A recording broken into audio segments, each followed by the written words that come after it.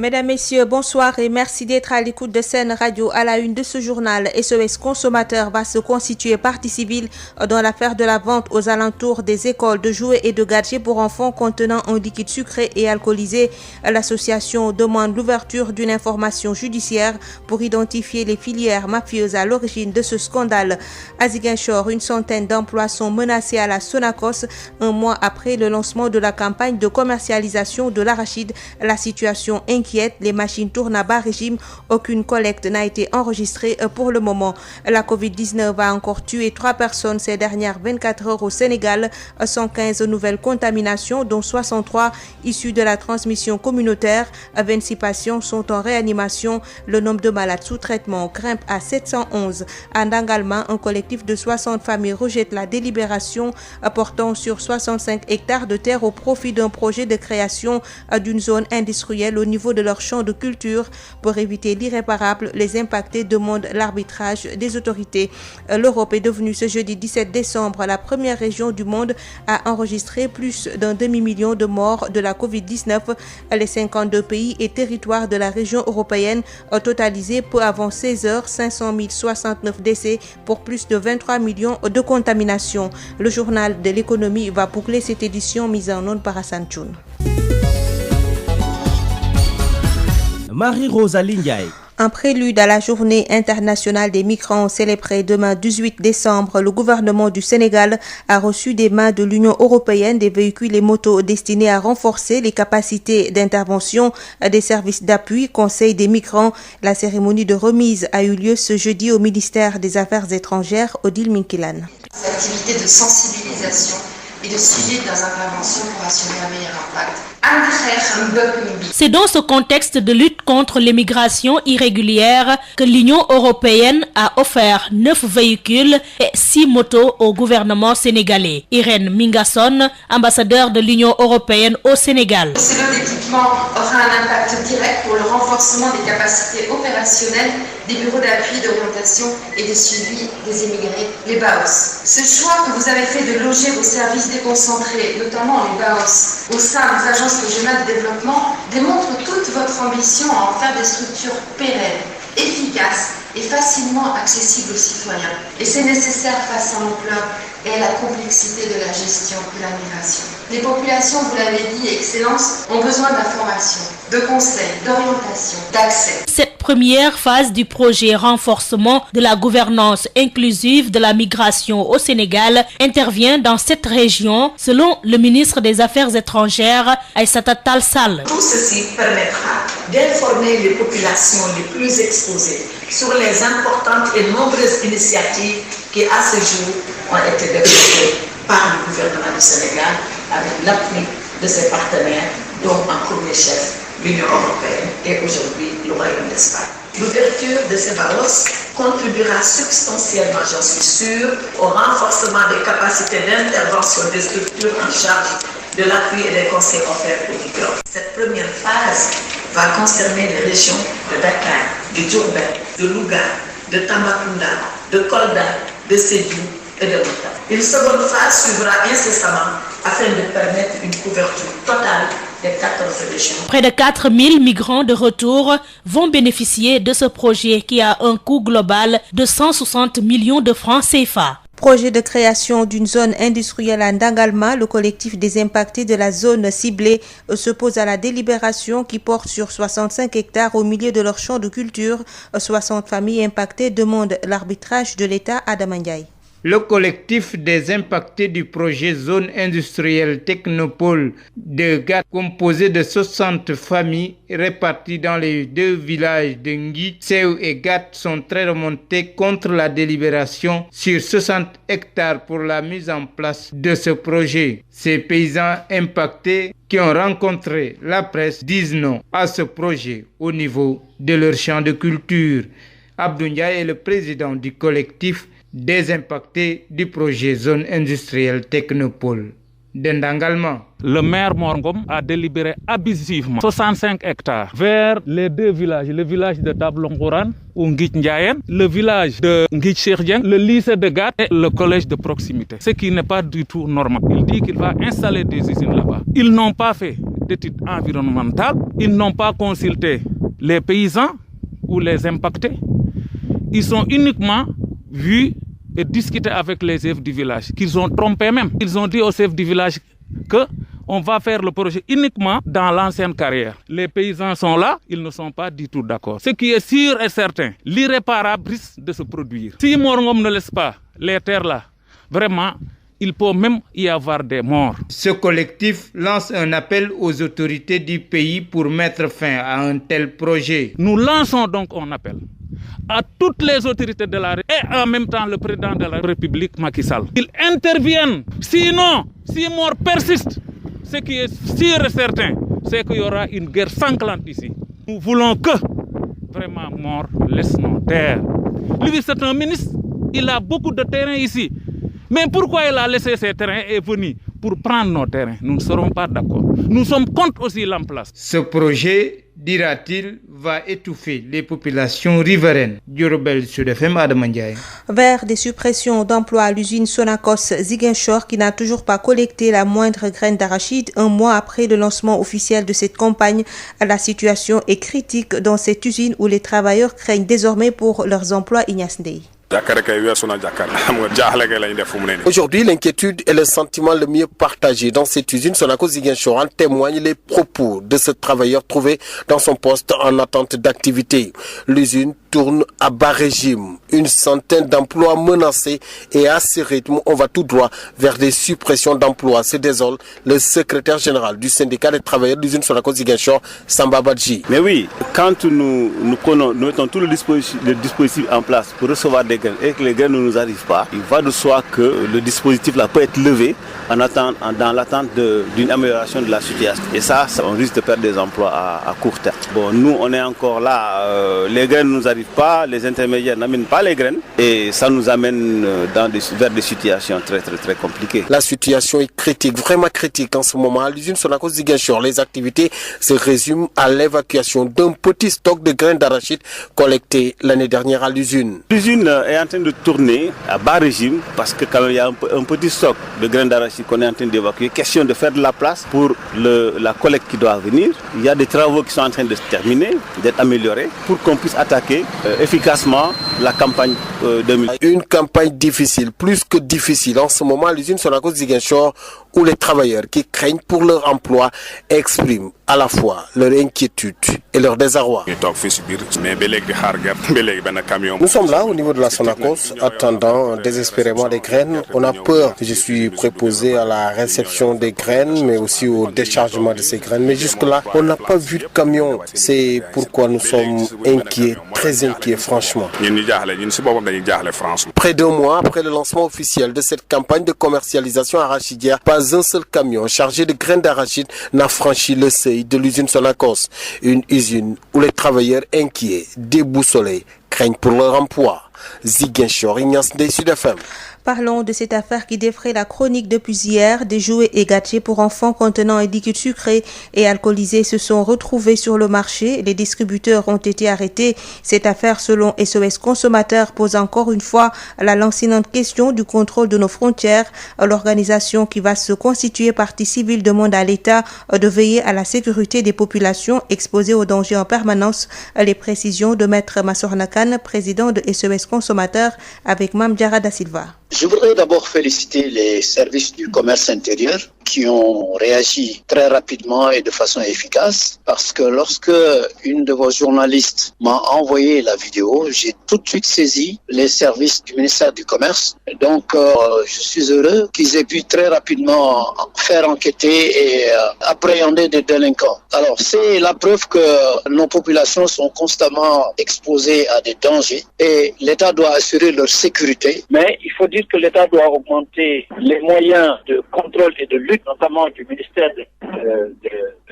du Commerce, les laboratoires notamment, les services de douane, par exemple, mettre un laboratoire là-bas au port, contrôler davantage les frontières terrestres et augmenter évidemment les capacités de la police, de la gendarmerie, etc. Alors, nous, au niveau de SOS Consommateurs, nous allons nous constituer partie civile dans cette affaire et nous demandons déjà à monsieur le procureur de la République de ne pas les envoyer en flagrant délit, mais de faire ouvrir une information judiciaire pour permettre qu'on puisse enquêter à fond dans cette affaire pour connaître les filières mafieuses qui ont l'habitude d'importer des poisons, y compris les faux médicaments, et il faudra leur appliquer des sanctions exemplaires et dissuasives et pas seulement des sanctions financières.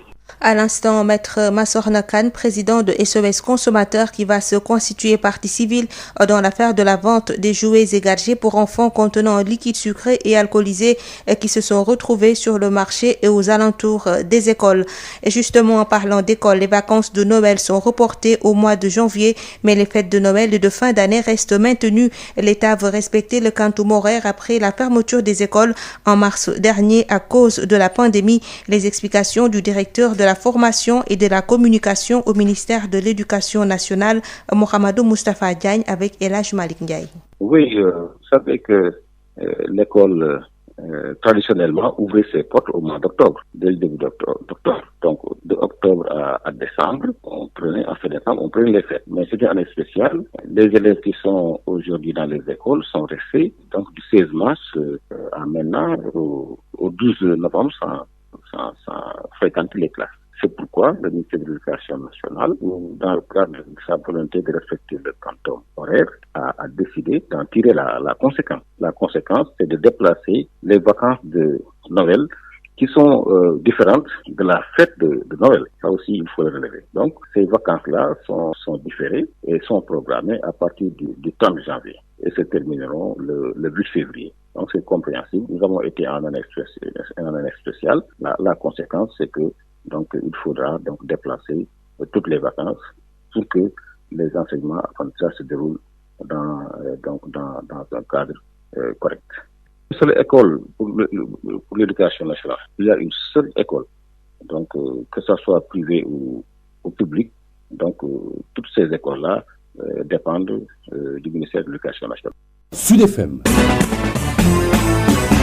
Parlons de cette pandémie de Covid-19. Une seconde vague au Sénégal serait catastrophique pour notre économie, soutient l'économiste Dr Thierno Thioune de la FASEG. Il souligne que l'État ne doit en aucun cas céder à la pression des acteurs économiques et faire marche arrière sur les mesures fermes prises pour stopper net la pandémie au Sénégal. Dr Thierno Thioune sera l'invité de cette édition. 3 nouveaux décès et 115 nouvelles contaminations recensées ces dernières 24 heures. 26 cas graves sont pris en charge. Les nouvelles transmissions communautaires sont enregistrés un peu partout à Dakar, Richard Toll, Kaolack, Koki, Matam, Bambey ou Ourossogui. Suivons les détails avec le directeur de la prévention, Dr El Hadj Mamadou Ndiaye. Sur 1544 tests réalisés, 115 sont revenus positifs, soit un taux de positivité de 7,45%.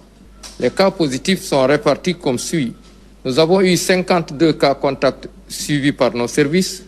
Aucun cas importé n'a été enregistré au niveau de nos différentes portes d'entrée aériennes, maritimes et terrestres. Et nous avons eu 63 cas issus de la transmission communautaire répartis comme suit.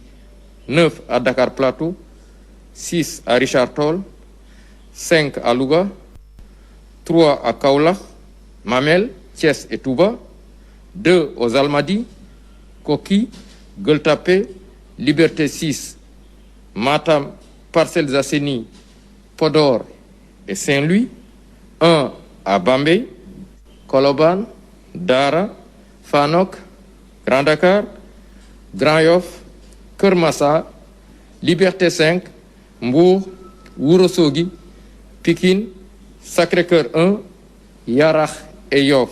35 patients hospitalisés ont été contrôlés négatifs et déclarés guéris. 26 cas graves sont pris en charge dans nos services de réanimation.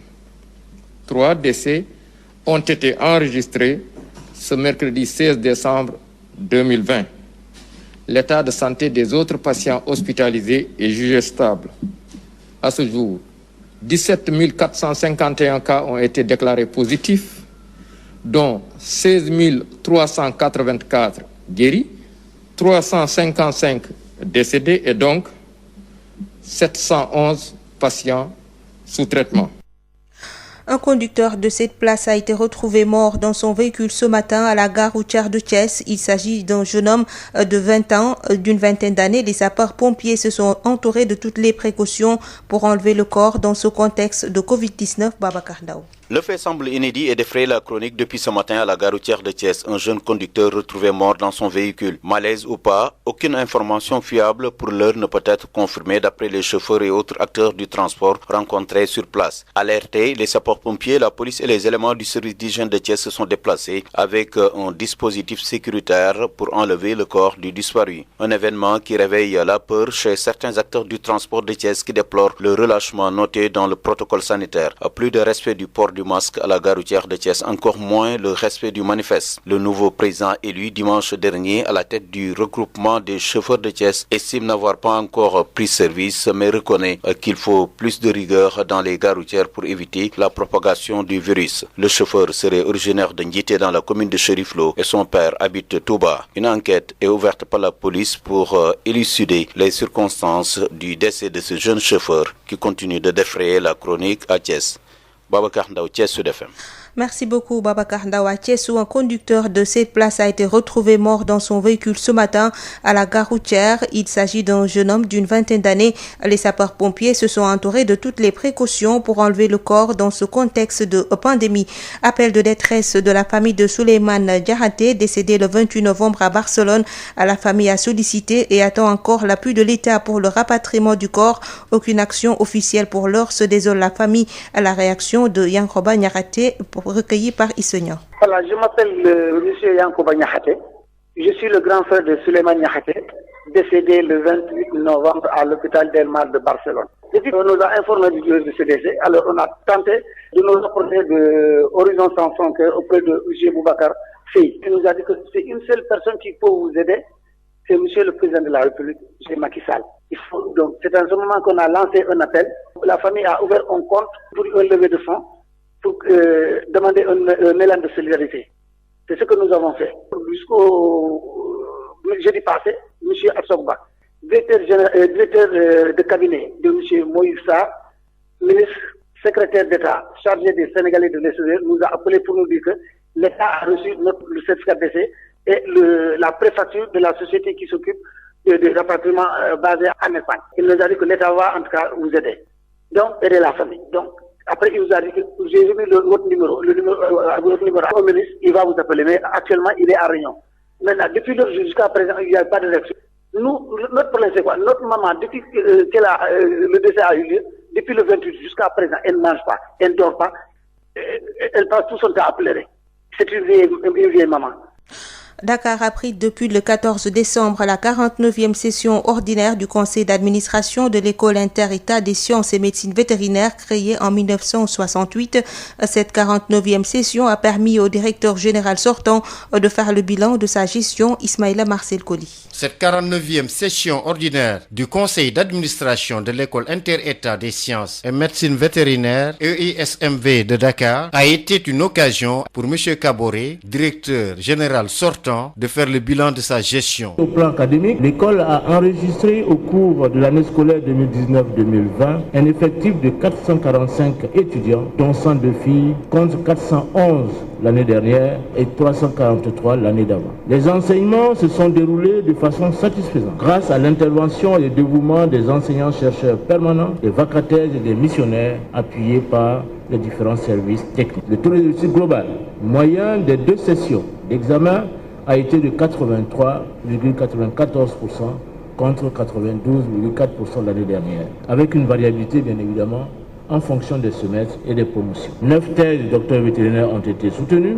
ce qui fait qu'à ce jour, l'école a formé et mis à disposition des pays membres et non membres 1486 médecins vétérinaires, dont 231 filles. Au cours donc de cette même année, l'ISMV a déroulé un master santé publique. Faute d'effectifs suffisants, les autres masters n'ont pas pu être déroulés. Le ministre de l'Enseignement supérieur, venu présider cette 49e session, dira que le gouvernement du Sénégal, en relation avec les autorités de l'école, vont procéder à la construction de nouvelles résidences universitaires pour l'école inter-État des sciences et médecine vétérinaire chez Omar Anne. Au-delà des moyens matériels et humains, les dispositifs juridiques sont à renforcer pour mieux contribuer à l'amélioration du management de notre institution. Le gouvernement du Sénégal, en relation avec le directeur général, est en train de travailler pour la construction de nouvelles résidences universitaires pour l'école inter-État des sciences et médecine vétérinaire. Pour rappel, l'école inter-État des sciences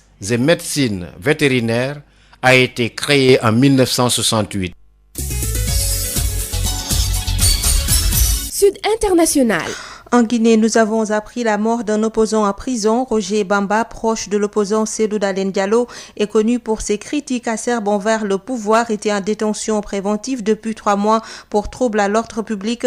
Malgré les appels de ses avocats pour sa prise en charge sanitaire, l'opposant qui souffrait de maux de ventre est finalement décédé ce jeudi en prison. Une annonce qui suscite indignation et colère chez des activistes des droits de l'homme et acteurs politiques qui dénoncent des cas de mort de plusieurs détenus, dont certains sont arrêtés pour des infractions mineures.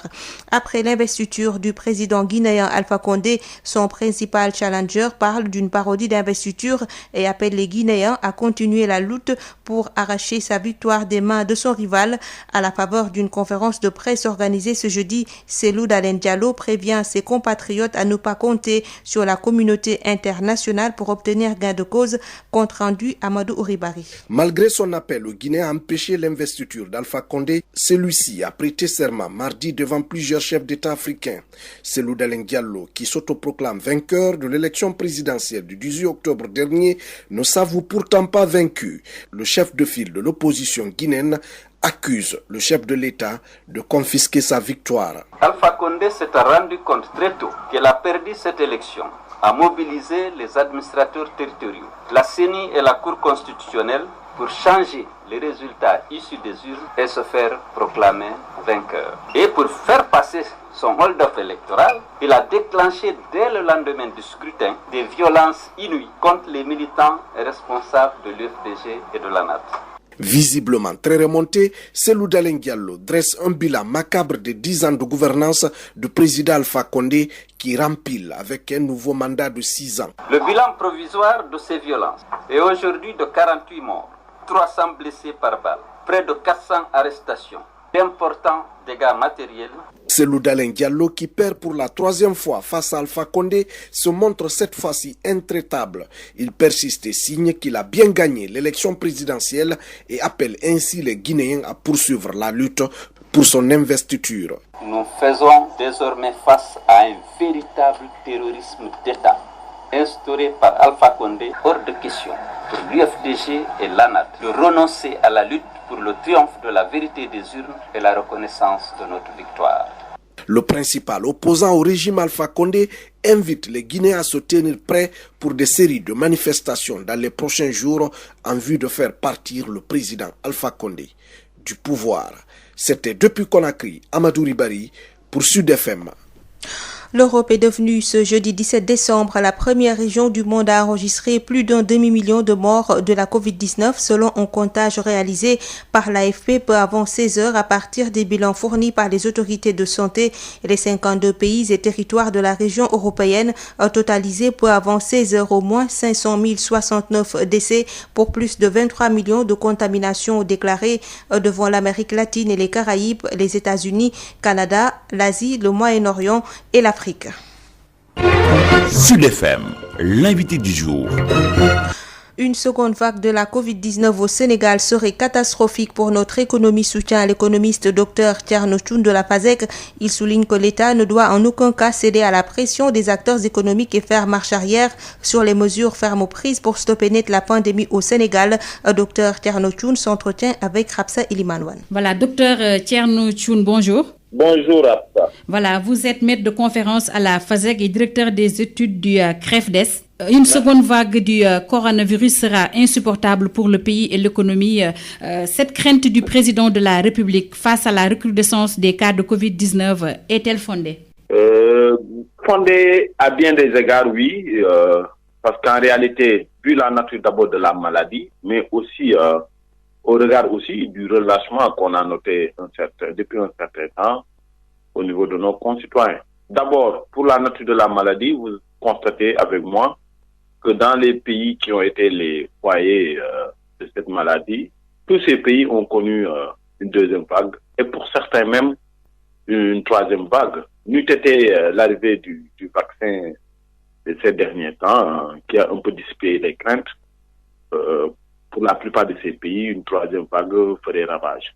Pour le cas d'espèces de notre pays, les comportements aussi aujourd'hui de nos concitoyens laissent à croire qu'une deuxième vague serait très fatale, à la fois d'abord pour les populations du point de vue sanitaire, mais par ricochet l'ensemble de l'économie. C'est pourquoi moi je suis convaincu fondamentalement qu'aujourd'hui, s'il n'y a pas de changement de comportement et s'il n'y a pas de mesures coercitives allant dans le sens vraiment de faire adopter à toutes les populations des mesures barrières nécessaires, une deuxième vague serait advenue. Aujourd'hui, il est bien clair que une deuxième vague serait vraiment ce qu'on appelle un coup de massue pour l'économie. Aujourd'hui, lorsqu'on déclarait la pandémie au mois de février-mars, après 2 mois, moi j'avais dit que si après 3 mois, on n'arrivait pas à faire une maîtrise très rapide de cette maladie, tous les secteurs de l'économie allaient souffrir. Aujourd'hui, on est à presque, disons, 9 mois de cette maladie. Pratiquement, on est au 3e scénario. Vous voyez que tous les secteurs sont impactés. La preuve, lorsque l'État avait mis en place les premières mesures de couvre-feu d'état d'urgence, il y a eu des remous de la part des populations parce que certaines d'entre elles étaient très fatiguées. Aujourd'hui, on le note dans les secteurs, notamment l'hôtellerie et le tourisme et la culture, ce qui veut dire que tous les secteurs sont impactés. Les concitoyens qui sont pour la plupart occupés par l'informel peinent à joindre les deux bouts, ce qui fera que vraiment une deuxième vague à un confinement ou un état d'urgence ou un couvre-feu serait insupportable pour les groupes. Vous disiez donc que l'État doit prendre des mesures coercitives. Est-ce que l'État doit céder à la pression des acteurs économiques et donc revenir sur ces mesures restrictives prises pour freiner net l'élan de la COVID-19? Alors, c'est vraiment l'erreur qu'il ne faut pas commettre. En ces pareils moments, l'État doit rester fort. D'ailleurs, c'est la vocation de l'État, qu'en période de crise, que l'État puisse vraiment se dresser et montrer un peu toute la responsabilité qu'on attend de lui. Alors, c'est vrai qu'il y a beaucoup de forces centrifuges aujourd'hui qui font du lobbying pour quand même mettre à dos l'État et l'amener à vraiment laisser faire, laisser aller, alors que c'est tout ce que cette maladie redoute. Donc, je crois qu'aujourd'hui, l'État doit encore se remobiliser parce que très sincèrement, il faut le dire, nous n'avons même pas encore pu sortir des premières conséquences, des soubresauts de conséquences de la première vague. Une deuxième vague, nous n'en sortirons pas indemnes, d'autant plus que déjà notre économie est à terre et les finances publiques sont déjà éprouvées parce que l'État a pris des mesures à la fois sociales, fiscales et des mesures budgétaires pour alléger un peu les couches vulnérables. Déjà, l'État peine à trouver des ressources supplémentaires, d'autant plus qu'aujourd'hui,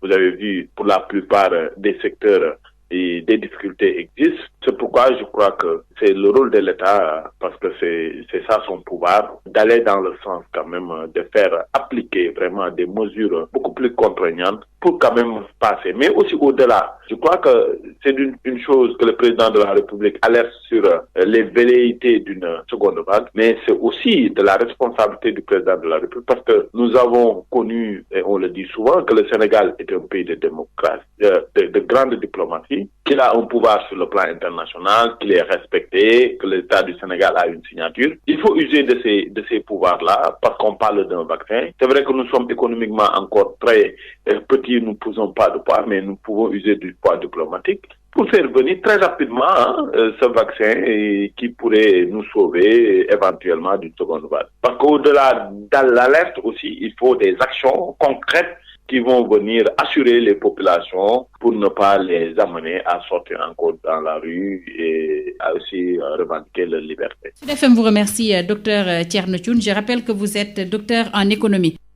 Place à présent au journal de l'économie avec Rapsa Elimanouane. Bonjour. Comme promis dans le précédent numéro, après nous avoir permis de faire plus ample connaissance avec la corruption, l'économiste Demba Moussa Dembélé soutient qu'il n'est pas évident de lutter contre la corruption et dégage des pistes de solutions. Bon, c'est très difficile de lutter contre la corruption, mais il faut faire des efforts. C'est-à-dire qu'il faut des lois, bien sûr, pour punir la corruption. Les gens qui sont convaincus de corruption. Mais il faudrait que d'abord ceux qui sont chargés de faire appliquer ces lois soient eux-mêmes en tout cas exempts de corruption. Parce que si un corps de contrôle lui-même n'est pas exempt de corruption, il n'aura pas de crédibilité. Ensuite, il faudrait que l'impunité absolument soit éradiquée dans un pays, c'est-à-dire que si quelqu'un, quel que soit son niveau de responsabilité, s'il est convaincu de corruption, qu'il soit puni et que l'opinion prenne connaissance de ça. Et ça peut aider à dissuader d'autres. Mais si des personnes haut placées sont convaincues de corruption, on ferme les yeux dessus, il est évident que ça n'aura plus de crédibilité et ça ne fera qu'encourager la poursuite de la corruption. Donc, des lois, mais qu'on applique rigoureusement et qui n'épargnent personne, quel que soit son degré de responsabilité. Et je pense que ça peut diminuer, mais pas tout à fait éradiquer la corruption. C'était l'économiste Demba Moussa Dembélé. Pour rappel, la quinzaine de lutte contre la corruption, organisée par l'Office national de lutte contre la fraude, la corruption et la concussion, prend fin le 23 décembre prochain. C'en est tout pour le journal de l'économie. Merci de votre fidélité. Marie-Rosalie Ndiaye. Mesdames, Messieurs, il est 18h passé de 32 minutes et c'est la fin de cette édition. Je vous rappelle les principaux titres développés. SOS Consommateur va se constituer partie civile dans l'affaire de la vente aux alentours des écoles de jouets et de gadgets pour enfants contenant un liquide sucré et alcoolisé. L'association demande l'ouverture d'une information judiciaire pour identifier les filières mafieuses à l'origine du scandale. À Ziguinchor, une centaine d'emplois sont menacés à la Sonacos. Un mois après le lancement de la campagne de commercialisation de l'arachide, la situation inquiète. Les machines tournent à bas régime. Aucune collecte n'a été enregistrée pour le moment. La Covid-19 a encore tué 3 personnes ces dernières 24 heures au Sénégal. 115 nouvelles contaminations, dont 63 issues de la transmission communautaire. 26 patients sont en réanimation. Le nombre de malades sous traitement grimpe à 711. À Nangalban, un collectif de 60 familles rejette la délibération portant sur 65 hectares de terre au profit d'un projet de création d'une zone industrielle au niveau de leur champ de culture. Pour éviter l'irréparable, les impactés demandent l'arbitrage des autorités. L'actualité internationale et le journal de l'économie ont complété cette édition mise en onde par Hassan Choun. Merci de nous avoir suivis. Tout de suite, la chronique Sud Nutrition.